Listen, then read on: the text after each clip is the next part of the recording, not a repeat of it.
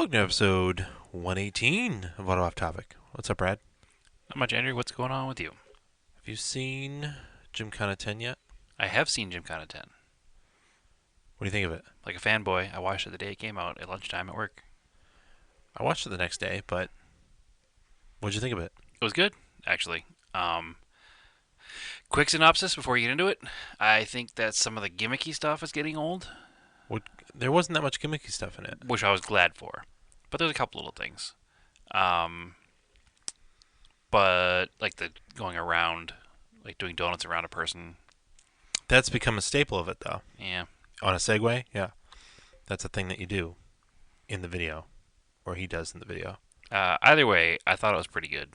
Didn't we have a rule that was it the odd numbers or the even numbers were better? Well, I think 5 was the San Francisco one, which is the best one. So it must be odd numbers are better. Yeah, but this is the 10th one. So they pulled out all the stops. But I think this is one of the better ones I've seen in a while. Yeah, it's good. It's very good. And yeah, it's very good. Quick question though. What? Oliver Solberg, Yeah. is he the son of? Petter Solberg, yeah. Yeah, okay. Yep. I figured as much, but wasn't positive. Yeah, that was kind of cool that they had the little thing in the beginning. I like how it started in like Norway. Sweden, I think, right? It was some cold Norwegian country. I think it was Sweden. So I liked the spinning ice that was cut. Yeah, that was really cool with the pool in the middle of it. No, Oh no, that wasn't in the middle of it. That was a different part. yeah. No, it was they cut the ice on this lake, and then they must have started it spinning, and then you watch it, the car jumps on it, and it starts spinning it the other way. Yeah, it stops it. But it's like the car could have looped, like it could have just, like a manhole cover could have just spun that ice upside down. I don't think so because it was huge. Yeah, but he definitely tips when he hits it. Yeah, I don't think they were worried about that. Yeah, it's It probably seems like 2 or 3 feet it's of probably ice, super thick too. but that was pretty cool. I did like that. I didn't. No, I did like. See, I don't mind the part where everything was like chained up and doing like four-wheel burnouts. Again, that's also a staple of the thing. That's how they all start fine. now. Yeah, I'm fine with that. It looks cool. There wasn't really that much of a weird stuff. There's jump drifts, which is you want to see. The jump drifts were awesome. The in transitions snow part. over curbs. Yeah. Yeah, that was really cool. Yeah, maybe there weren't that many. I just remember thinking there were a couple where I was like, whatever. Oh, the side by side swinging back and forth was kind of weird. I thought They kind of do somebody in like a Bigfoot costume, I think, in a bunch they do. of them. Yeah, it's part of it too. But I just don't. I don't know. Well, the only thing that was weird Listen, was we need Aaron. we need something bad No, overall, that is one of the best ones. for sure.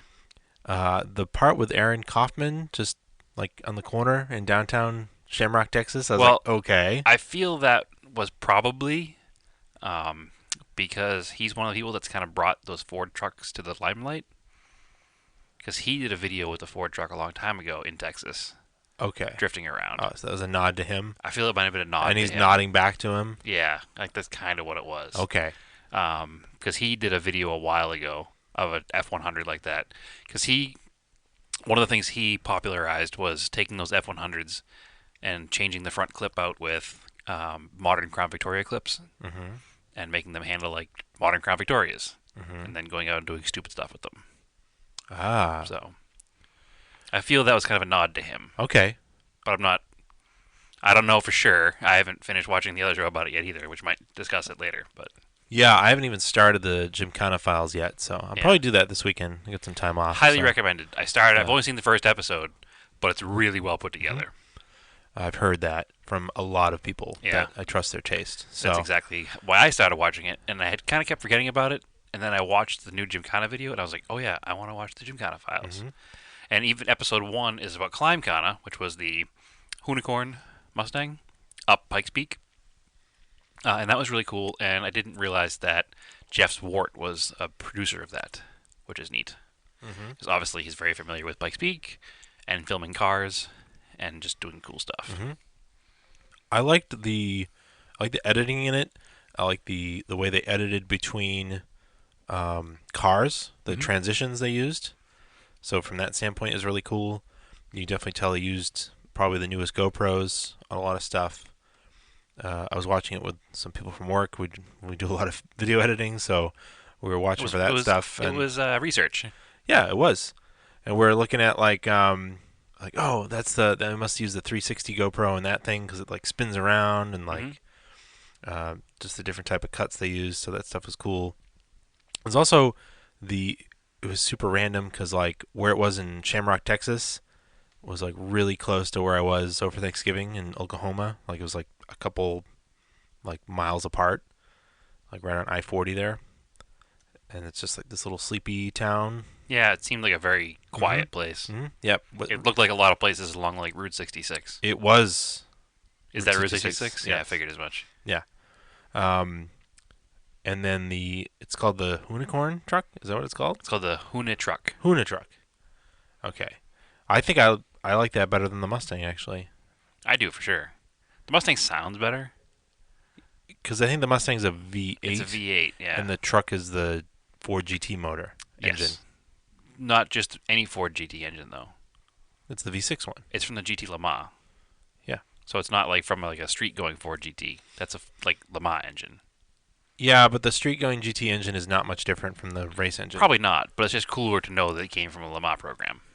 So, and they had some tweaks that were done to it. And did you watch, going full into all the videos, the build breakdown on the Hoonigan YouTube channel of the Hoona truck?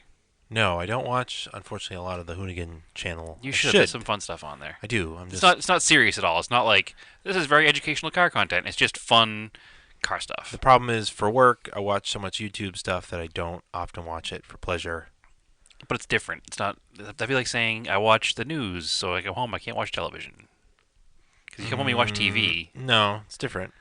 But you come home and you watch TV, so you just turn on YouTube instead of TV, and it's you forget where the content came from. It doesn't matter. It's not like YouTube's all the same. I don't know. I just TV is still higher for me than YouTube as far as watching it on a Well, personal level. I got rid of cable, so I've switched only to digital content pretty much. Um, and now that I've sold my house and moved, I have cable again, Hmm.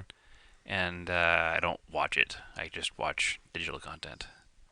So Well, that and sometimes the stuff YouTube is so overwhelming with the amount of content that there is that's true. that I'm like I don't even know where to start, and Well, then I I've just I've ignore pared it. it down to a few things. Like I'll watch the Hoonigan channel and I'll watch a Petrologist video, and then that's Hmm. for car stuff. I don't watch a ton more than that. So Yeah, because then the quality varies wildly. more than one time, I'll get into a video and make it about 10 seconds and be like, I'm not watching this Hmm. because I want something that's cable television quality. I don't care about somebody's backyard YouTube videos, Yeah. basically. Which watch our backyard YouTube videos, please. I'm not saying they're all bad. Yeah, it depends on how they're made, but It does. It depends on how they're made and how much I'm invested in the people that are in it. If it's something that's something I'm really into and it's only a backyard quality thing, I'm more likely to watch it. But if I'm watching something for pure entertainment, I want something that's higher yeah, quality. So like the Hoonigan channel is high quality. The Petrolicious channel is high quality. Um, used to be the Motor Trend channel, which is gone now, was high quality. So yeah. How's that doing? I mean, I still subscribe to it and I love it. I watch stuff on it all the time. See, I don't even think to watch stuff on it because it's a separate platform. But you don't even have it, do you? Nope. Yeah, so you can watch stuff on it. Yeah, but I would never think to on a whim. I'm like, oh, Once I can't go watch it. once So you've gotten rid of, you can go watch it on a whim. That's the whole point of it. no, I have to pay for it. Oh, right. Once you've paid for it, though. But once, if you ever do get rid of cable, you'll find yourself easily getting back more into this stuff. Because I was the same way. Before I got rid of cable, I didn't watch a lot of YouTube or other things. And getting rid of cable, there's nothing else on. This is how you watch TV. Yeah, it's So, just it's like one step too much to go to a separate app, separate platform to watch it. yeah. So it's just I thought it was a dumb move for them to do that, but Seems to be doing okay for them. So I guess they're still making sponsorship dollars and still making I don't money think from it's on. subscribers. Well, I think Velocity is now the Velocity is Motor now the Trend Motor channel. Trend channel. Yeah. And all the shows are on there. Oh, well then I have that on cable, so I could just Right. watch that that way. Yes, you could. Just not on your own terms. I have a DVR. I can watch it whenever I want. God damn it, Andrew. Yeah. That's true. You could, Yeah. but I don't know. All right. I didn't have cable. I pay for the Motor Trend network on the internet. I enjoy it, and I'll keep it. I feel like I said a year ago or 2 years ago when Gymkhana 9 came out that was like my favorite one to date. Which one was 9? The unicorn one, right? Probably. Yeah. Or it was the one that was in Los Angeles. Yeah, with the unicorn, where he's going under the jumping lowrider and all Mm-hmm. that stuff. Yeah. Was that the unicorn or was It that? was the Mustang. Yes, it was. 100%. Okay. My favorite one is still 5 Mm-hmm. because it's San Francisco. It's epic. It's got tons of like iconic places. Mm-hmm. They shut down the Bay Bridge Yeah. to do a video. So it seemed like this one, the end of it, you've got Pastrana shows up and then drives the car away. Because I feel like I heard that Ken Block was not going to be doing these anymore. 10 was sort of his send off one. Clearly, they're going to do more, but maybe with other people. And I heard that too, but I think he's got one more Gymkhana in him. What's the plan? that seems strange. Or I don't know how it would work out because as far as I know, Pastrana has a subscription, a sponsorship with Subaru for the rally stuff. So I don't know if he Right. could drive that stuff, but who knows? Those guys seem to do whatever they want. I think if it's Kind of separate, like they themselves are their own brand, yeah. so it doesn't matter what vehicles they drive. The Hoonigan guys. No, no, like Ken Block and Pastrana are as Oh yeah. people are their own brand Well, that are separate from the Hoonigan brand too. but at the same time, Ken Block has been nothing but Fords since he left Subaru. There hasn't been a video with any other kind of car. Ford decided to give him support, so Right. I mean, can you imagine? So what if he hadn't left for Ford? We'd have a bunch of Subaru videos. Subaru videos with Mhm. the same WRX they built for the last 15 years, which, It's true. to be honest, is not that exciting. They're good cars, but they haven't advanced them Or very maybe far. we'd have the Ford F100 pickup with a four-cylinder, thousand horsepower boxer engine in it. Probably not. But when you've got a giant company with a really giant motorsports program, Right. Where they have a Lamar car they can take an engine from and Yeah. use it for your videos. And they created a special intake manifold for his truck too that they metal 3D printed, Hmm. which is kind of cool. They talk about that on the build breakdown on the Hoonigan channel of the Hoona truck. all right, I guess I will have to watch it. Yeah, it's pretty interesting. The actual engineer behind the truck comes out and explains everything about it, Cool. so it's really neat. All right. It's other really cool thing about that truck is it's designed to be clipped, so that if he goes too hard and hits a wall, they can just back have it in a couple hours. Hmm. Everything comes apart. So it's like a modular setup. Purpose built for hooning. Yes, I like it. No, that's fun. Yes, I'll definitely have to. I'll check that video out, and I'm gonna definitely check out the Gymkhana files. Yep. Yeah, they're very good. Again, I've only seen the one episode, but you can tell the way it was put together. The rest of them are going to be equally good. So Yeah, I don't know. I never checked out that fastest car. I've tried a few times, and it's terrible every time I try. Yeah. So You know, we'll have to do like an update on car stuff because we've definitely done a couple episodes on car shows. So mm-hmm. we'll have to get through a couple episode seasons of different stuff because there's a bunch of stuff on Amazon So you right need now to start too. watching it. Yeah. Yeah, and I was waiting for it to be wintertime, Yeah. so to watch them. So I didn't want to sit inside on a nice day and watch them in the summertime, but you know, we'll get there. What else? Anything else before we get into project car updates? Because we have a bunch. I don't think so. All right, nothing else cool in the car world. I don't think there's any other. I don't think I've been paying attention to this week. I've been kind of in my own Yeah, I don't think anything like. my own world. Oh, there are. She's been on multiple times now. Mercedes Lilienthal. Yeah. She posted a story, and it's posted to our Facebook page. I shared it, just talking about the differences between off-roading on the West Coast and East Coast. And she posted that on the drivingline.com. Mm-hmm. And we helped. We gave her some background information so she could create that article. Actually, I think most of the people involved with giving her background information were former guests, except for maybe one. So Yeah, that I was think kind of cool. Yeah, Jordan was on there. Eric Yeah, Jordan and was I on think all the time. AJ Eric as well. Morales. I don't. AJ's truck is on it, but I don't Yeah, think he contributed to it. And then the gentleman behind Spliceworks, whose name is escaping me right now. I don't remember, Damn it. unfortunately. Sorry, buddy. He also contributed to the article. So Yeah. All right, cool. So we got a whole bunch of updates, and I guess we'll start with my Subaru because it will flow into the Raider. And yes, we have Raider updates. yes, we do. Finally. So Subaru rear sway bar mount. A long time ago, about a year ago, I snapped a bolt off trying to change the bushings out and adding the factory 20mm bar I had for it. And these were the brackets that bolt to the pedestal mounts that mount to the frame. Okay. So I was like, whatever, I'll just change the whole pedestal mount. And I think I talked last week about buying some nice heavy duty aluminum white line mounts and decided to swap those out. So it's like a pedestal mount is what these look like, and that mounts to the frame of the car. And Yeah, the then, rear frame rails. Then there's a U mount, and that holds the bushing and the sway bar. So I'm usually pretty good at removing rusty bolts, and the bolts that hold the pedestals in are 8mm, so they're not very big. Long story short, I only got one out without shearing it off. Yeah, 1 out of 4 bolts. One out of four in the frame of the car. And you're very patient with taking out rusty bolts. I'm too. usually Like, get you them go in back and out, forth. get them in and out, and these just weren't having it. And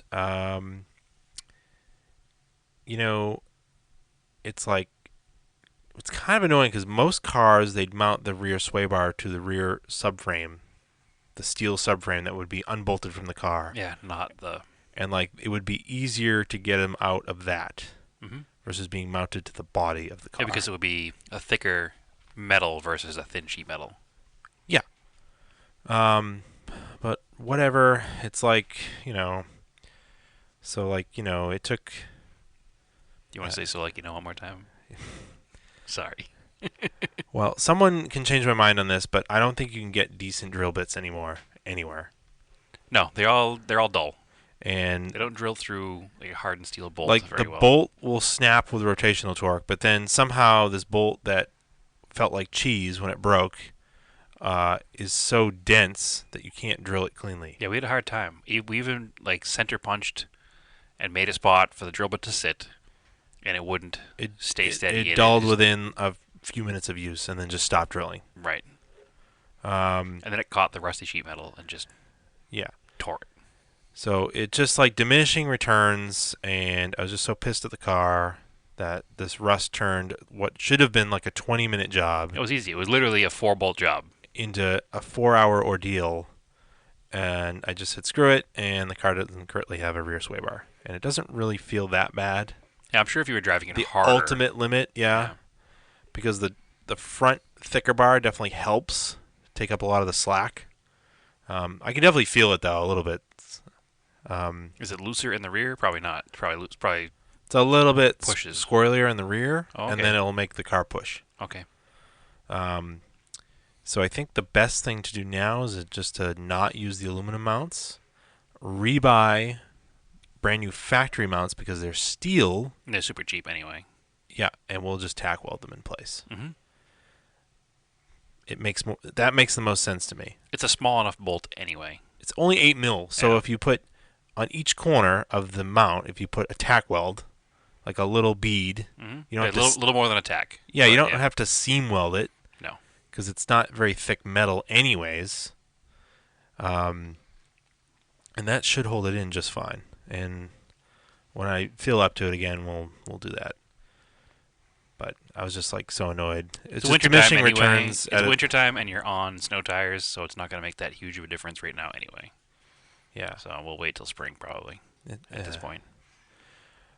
All right. We don't have to get the car back together right away if you can drive it daily, Well, you can drive without a sway bar, no problem. Yeah, but if you have the whole back of the car apart, trying to weld things together, and then if you're not stressed to get it done so you can get to work the next day because it's nice out and you can drive the Galant. That's what I mean. So we clean. So where were we here? Okay. So we took the car off the lift on the same day. We're like, all right, whatever. And then I do a quick job on a Ford Focus. Oh yeah, whatever. I wasn't going to mention that. Well, I'll mention it only because it's annoying. the fact that the person went to get an alignment Oh, somewhere, right, that's pretty annoying. right. So a friend of our dad's, um, he's a car guy, but he doesn't like to work on his old stuff 'cause he's an older guy. Doesn't like to work on his new stuff. His new stuff. Yeah. So he's got a new like an 11 or Let's 13 say it's a 13 or a 14 Ford Focus Focus. Yeah. sedan. You only And get 27,000 miles on no, it. because he just drives around town. He's a retired guy.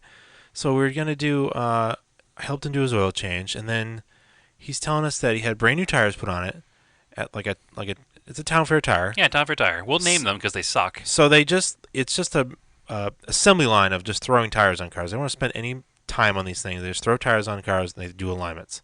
The just quick alignments. They just match up the colors, follow the specs that are on the Make machine. it green, bolt it down, ship it out. Yeah, and they could not. They told him there was a bolt that was too tight in the front of the car, and I was like, "What bolt could it be?" Right. Because this is a McPherson strut car. There's no adjustments in it. There's no camber. There's no caster. Other than There's toe. just toe. Yeah. So I'm like, it's got to be the tire rod end. So we go under there, and you can see where the wrench slipped Mm-hmm. and like bent the nut a little bit. So I was like, all right. So I get the right size one, and I tried to move it, and it wouldn't move at all. I was Right. like, that's crazy. It wasn't even that rusty. Put a torch on it for a few minutes. Sprayed a little penetrant in there. The Seafoam Deep Creep. That stuff is like Real good. perfect. Yep. And it loosened up. So The weird thing about the thing that really ticked me off of the whole yeah. story was he came and he said, "Oh, they charged me for an alignment, yeah, even though they didn't do it." I was Wasn't like, "Why complete, yeah. did they do that?" And he's like, "Well, they said they had set it up and this." And he said, "I have 2 weeks to get it fixed and bring it back, and they won't charge me again." I'm like, that doesn't seem kosher. Like, how come you paid for a service? They didn't provide the service, and now they give you a window of time to take it to another mechanic. Because I think he didn't know, he wasn't friends with our fathers, and we Yeah. didn't know him, and he didn't have access to the lift we were working on, and we didn't happen to be there to help him. You're not going to be able to go to a mechanic and say, hey, can you fix this one thing so I can go back to this other mechanic to get the job finished? because a lot of independents do actually have alignment racks. Right. They wouldn't want want to do that. No. So it doesn't make any sense to me that they would charge him for an alignment. Like, if you can't do the job, you don't get paid. Yeah. That's just how it works. Yeah. It just blew my mind. Super annoying. If I hired somebody to paint my house and they were like, "Oh, your house is a little bit more difficult to paint than I thought it was going to be, so you can still give me $5,000 and I'll think about coming back later." Yeah. Like, it doesn't make any sense. I mean, obviously it's a $5,000 job, but we're talking, a $100 alignment. But I can't see charging somebody for something you didn't do or didn't complete. Yeah. So, Super annoying. yep. All right. But then we took your Chevy and we Pushed pushed the levee, but the levee was dry. yeah. We took your Chevy to the Raider and the Yes. Raider was dead. The Raider was dead. Yes. So we pushed the Raider down where it sits in your parents' yard. Yeah, we rolled it off the hill it was on. We hooked up a super old tire. Yep. Oh, we dragged it across the street. Then we put a tire on the front bumper and put him nose to nose. Yeah, we put Silverado to Raider with an old Pirelli in between them and just pushed it up the driveway into the garage because it's an uphill into the garage. Yeah. So, Because the truck wouldn't start. We've talked about this before. yeah. You wanted to figure out exactly what was wrong with it. Well, I didn't want to spend the money on a starter if I didn't have to, because with the whole selling of the house and lawyers and that whole thing, I'm not flush with cash right now to just, throw cash around. So I figured if it was just dirty cables, or a corroded connection somewhere, which is possible because the car has been sitting for 3 years outside. Yeah. So I said, because he did put a new battery in it, I said it needs a starter. That was my guess. And honestly, I thought it needed a starter too. Occam's razor. I just wanted to make sure. Because unfortunately, every time you went to move it, because we only worked on it infrequently, the gas would dry up in the carb, and you'd have to crank and crank and crank and crank and crank to get it fired. That's what kills a starter. Yep, overheats it real quick. Especially because it was probably It may have been the original is. starter Who in the knows? truck. It didn't. It was had a Mitsubishi part number on Yeah. it. So We brought it over there. My dad walked us through Diaga checking it, just to make sure. yeah, he's real good at electrical stuff. Like, Yeah. much better than you or I will probably ever be. Yeah. So it was really neat to see the different methods of checking the different systems all the way down to the starter. So you start with the battery, which battery had 12 volts. You check with the multimeter, you definitely check the terminals in the battery, and then you want to also check, because this has happened, Mm-hmm. where the Glant wouldn't start one time, and at the battery terminals you had 12 volts, and then if you touch the test terminals to the where the cables, the actual ends of the cables, Right. they did not have 12 volts. So it didn't look corroded, but they had actually corroded. And that's what I was thinking might be the issue with the truck. But you had cleaned them. But we cleaned them again. But I was also thinking of the terminals. I mean, the terminal down at Yeah. the starter as well. Checked for some voltage drops. Checked for voltage at the starter. Yep. Rigged up a remote starter button to eliminate the ignition switch, so hooked directly to the I want to call it, that's not the exciter wire, that's for the alternator, the signal wire. signal wire for the starter, from the battery to the starter solenoid. Nothing. Yep. Just nothing. No clicks. Nothing. The other big indicator was that when you tried to do it, the lights would just dim, Mm-hmm. or they wouldn't dim. They wouldn't dim at all. There was no no change, no click, no draw or anything. There's no drag on Yeah. it. So it was just seized up, or it just died. Like the internal aperture or whatever the hell is Yep. inside of the When starter. we took it out, we could shake it around and things are moving around inside of it. So something just broke inside. Just got too old. So I ordered a starter. And a couple days later, It was $80 on Amazon. It was a brand spanking new, not remanned AC Delco unit. So professional grade. professional grade, Not semi-pro, not amateur. professional grade. Yeah. Yep. Keep your Mitsu Mopar all GM with AC Delco parts. Mm-hmm. So I put that in there and wired it back up. And with the two of us in the lift, it was a It was 20 15-minute minutes. job, Yeah. 20-minute job. Wasn't a big deal at all. But it fired right up. Well, I shouldn't say it fired it up. It cranked right over pretty quickly. So there was Yeah. no issue there. But once it got fuel in the car, it caught and it started. Yep. Yeah, we got it running. So that's good. Next thing we had to figure out was the turn signals. Yeah. Which we've talked about before. I knew it needed a hazard switch. Common thing on Mitsubishis, and maybe other cars, but I know I've A sold lot, a a lot lot of of cars. Mitsubishis. When I worked at GM, we sold a lot of them too. Yeah, you run all of your turn signals through the hazard switch because A lot of lights, period. Yeah. Yeah. Especially Lancers like the O2, that generation Lancer, like Okay. Yellow Rally Arts. That's the Lancer I'm talking about. Yep. To help you guys picture it. And the one the Evo 8 is based on. Yeah, those would get a lot of hazard switches for whatever reason. But anyway, so I knew I needed a hazard switch because A, I had no brake lights, which is part of a problem. Mm-hmm. But the big indicator was when you turned the hazards on, only one. Of the front would work. Right. Only the left side would flash, not the right side. So I Mhm. knew there was something weird going on in the hazard switch. So we ordered a hazard switch. Actually, I didn't order a hazard switch. Who'd you get that from? I got a hazard switch from Moise's Arizona Castro Okay. down in Arizona, which he was kind enough to pull out of a junkyard truck for me and ship up this way. And actually, once it popped the old one out of your truck, it fell apart. It fell apart. It was definitely busted. It definitely needed it. So you get the new hazard switch in, turned it on, and all four flashes worked, which was good. And the brake lights worked. Yep. So that was good. But the turn signal still didn't work. So there was a deeper issue.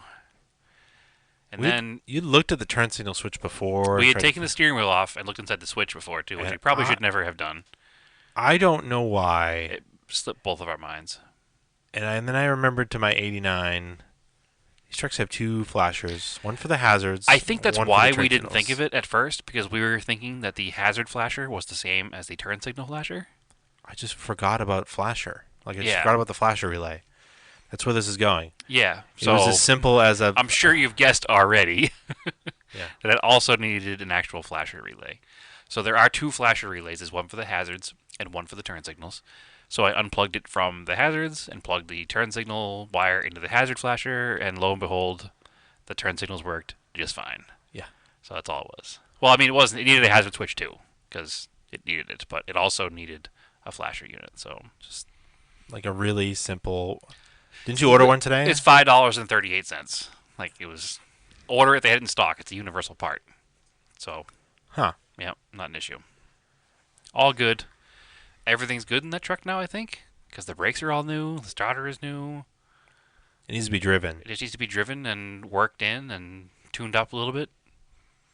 I'm not even. I just need to get an air cleaner and an air cleaner cover because it has a Weber on it.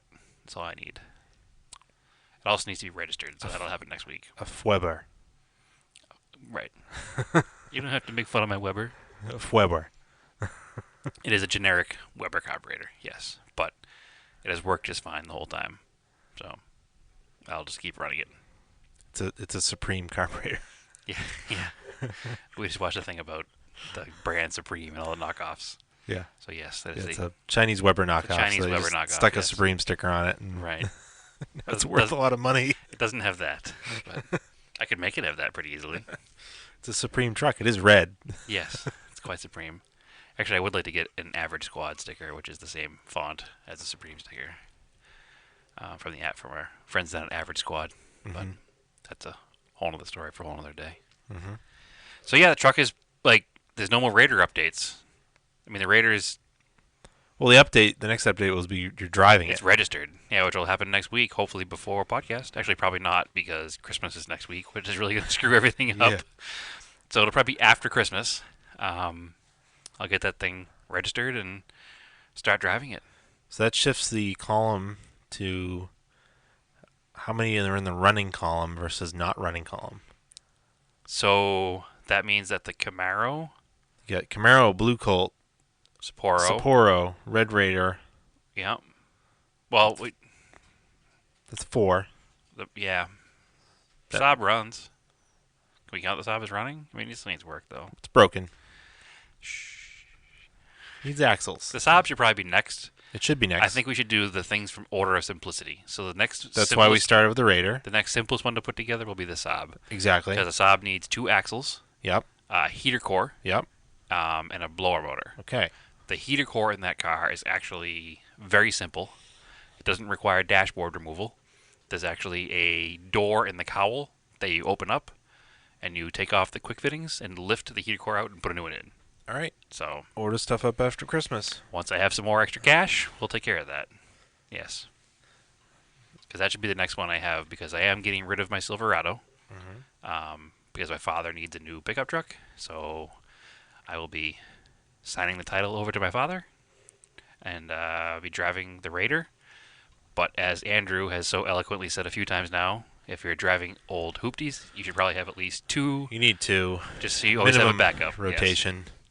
So I'll have the hoopty of the Raider and the Saab to get me to work. So that's good. Yeah, because speaking of random car brokenness, like I must have. Oh, that was the other thing I did to the Subaru. Forgot to mention that I replaced the upper and lower radiator hose because the upper one was just dripping when it was cold. Okay. It had built up corrosion around the upper aluminum neck. It needed to be cleaned off with a Brillo yeah, pad. I forgot about that. Yeah. And there was corrosion on the neck and corrosion deposits inside of the hose. So no matter how tight I got with a worm clamp, It was still leaking. it would shrink up in the cold Yeah. and drip out. And it was annoying me because I don't like having cars that leak. So Right. So I think That's my deal. when I was reaching down to remove the drain, I must have hit with my arm the plug for the mass airflow meter and just unclipped it just enough, and then drove it for a couple days. And on the way home last night, the vibration, it came unplugged in traffic. Like the car, like all of a sudden didn't want to go and like was stalling. I was like, "What the hell?" Oops. And the check engine light came on. I was like, "No," because it needs a sticker again in January because my Right. sticker that I got in September was only good in January.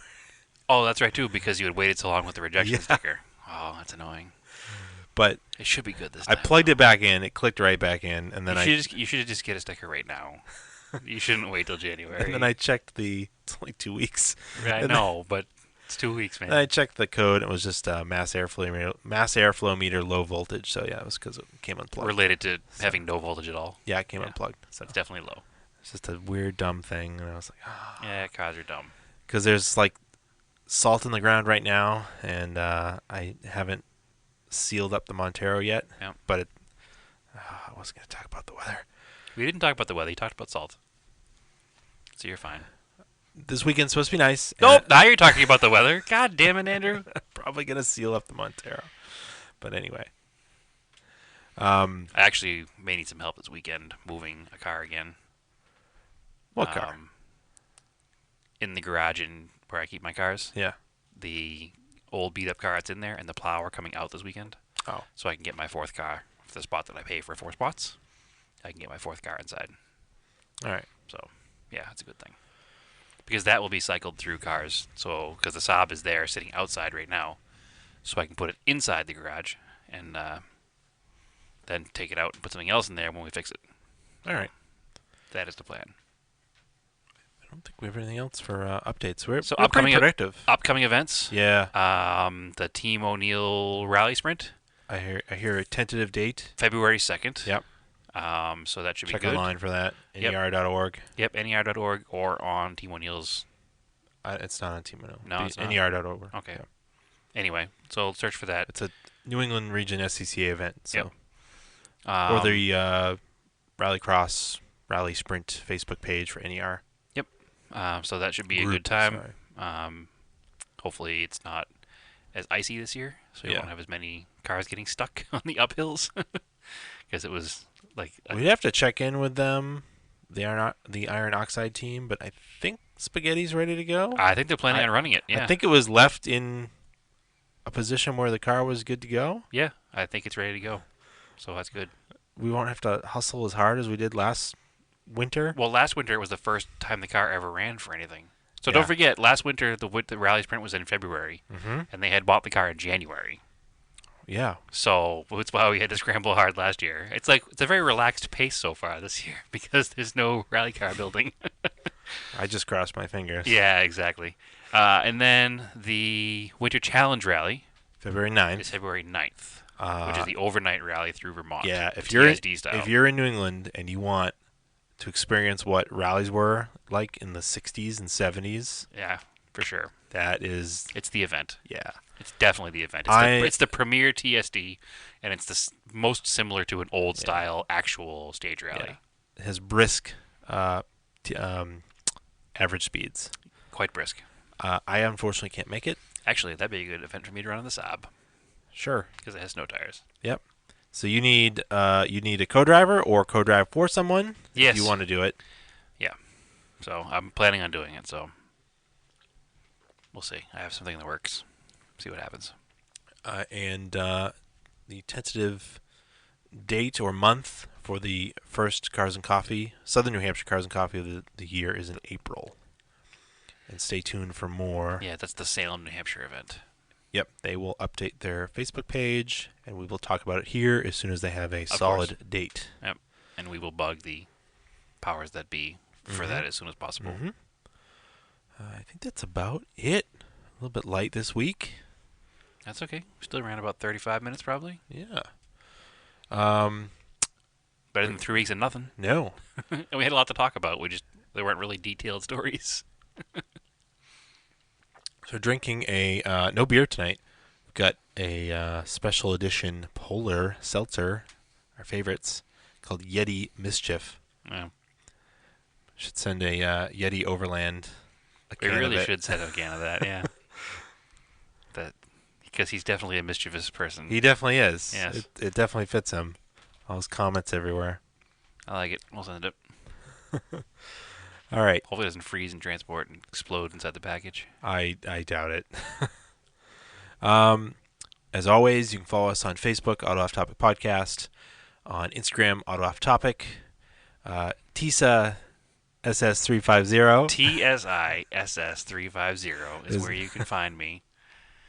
Listen, it's very easy when you break it down. It's TSI, like an Eagle Talon TSI, SS350, like my Camaro. It's my screen name from 1999. TISIS 350. No, TSI SS350. TISIS 350. Is this what I'm saying? Am I saying it right? I feel like I'm saying it the same way you're saying it. I feel like you're not, and I feel like people don't care either way. So, TSIS 350. And you can find me, Race and Anger, on Instagram. Yes. As always. Rackhead in anger. Anger. Damn it, doesn't work. Nope, it doesn't. On that note, as always, keep cars analog and aim for the roses.